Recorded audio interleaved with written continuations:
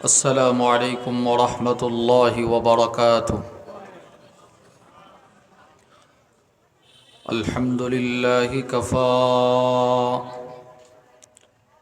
وسلام على عباده الذين اصطفى. أما بعد فأعوذ بالله من الشيطان الرجيم. بسم الله الرحمن الرحيم. واعبدوا الله ولا تشركوا به شيئا وبالوالدين إحسانا وبذي القربى واليتامى والمساكين والجار ذي القربى والجار الجنب والصاحب بالجنب وابن السبيل وما ملكت أيمانكم إن الله لا يحب من كان مختالا فخورا. صدق الله العظيم. সকলে দরুদ শরীফ পড়ি। اللهم صل على محمد وعلى آل محمد كما صليت على إبراهيم وعلى آل إبراهيم إنك حميد مجيد. اللهم بارك على محمد وعلى آل محمد كما باركت على إبراهيم وعلى آل إبراهيم إنك حميد مجيد. الحمد لله. চর ফরাদি জামিউল উলুম মাদ্রাসার হাফেজ ছাত্রদের পাগড়ি প্রদান উপলক্ষে আয়োজিত ৬২তম বার্ষিক ওয়াজ দোয়ার মাহফিলের মোহতারাম সদর সভাপতি, উপস্থিত হজরত উলামায়ে কেরাম, দূরদূরান্ত থেকে আগত কালিমায়ে তয়্যিবার সোনালী সুতায় গ্রথিত ধর্মপান মুসলমান ভাইয়েরা,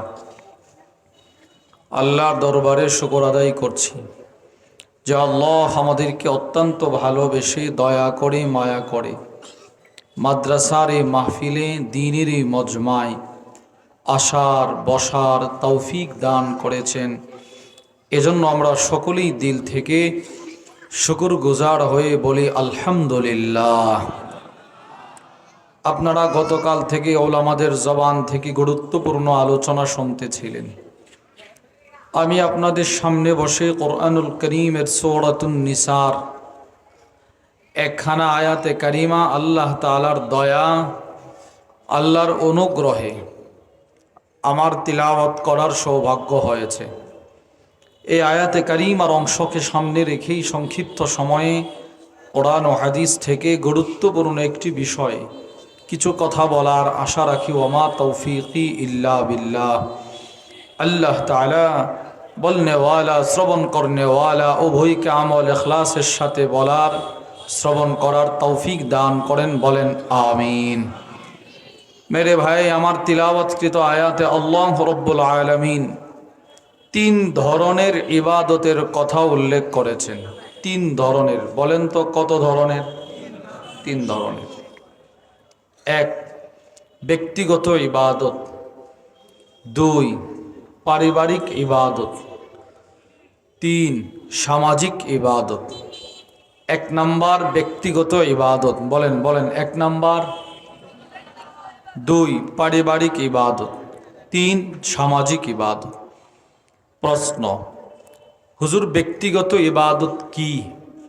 উত্তর, যেই ইবাদতের সওয়াব, যেই ইবাদতের জাযা আল্লাহ রব্বুল আলামিন যিনি করবেন, যদি শুধু তাকেই সওয়াব দান করা হয়, ওইটাকে বলে ব্যক্তিগত ইবাদত। দৃষ্টান্ত তিরমিজি শরীফের হাদিসের বর্ণনা।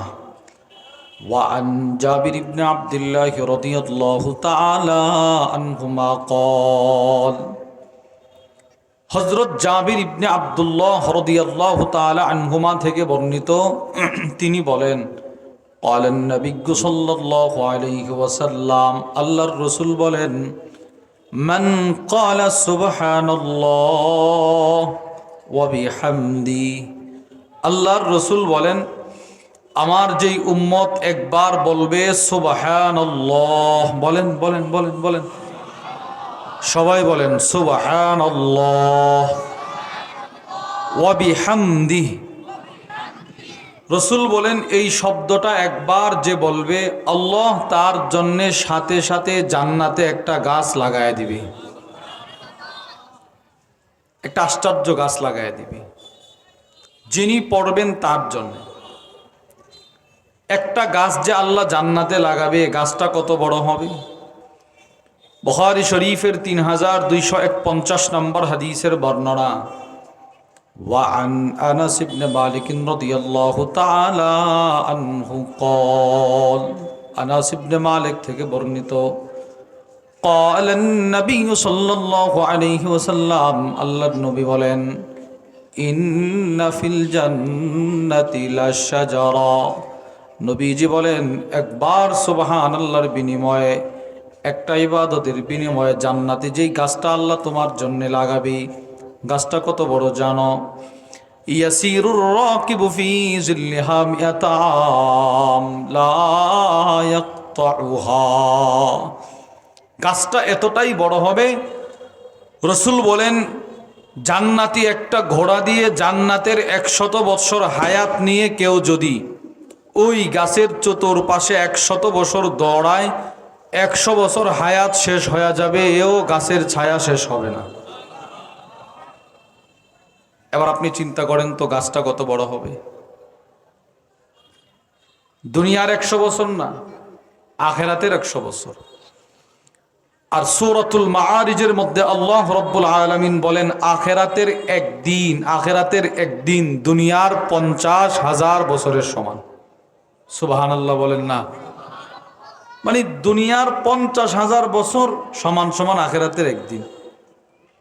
এবার আপনি হিসাব করেন আখিরাতের 100 বছর দুনিয়ার কত কোটি কোটি বছরের সমান হবে।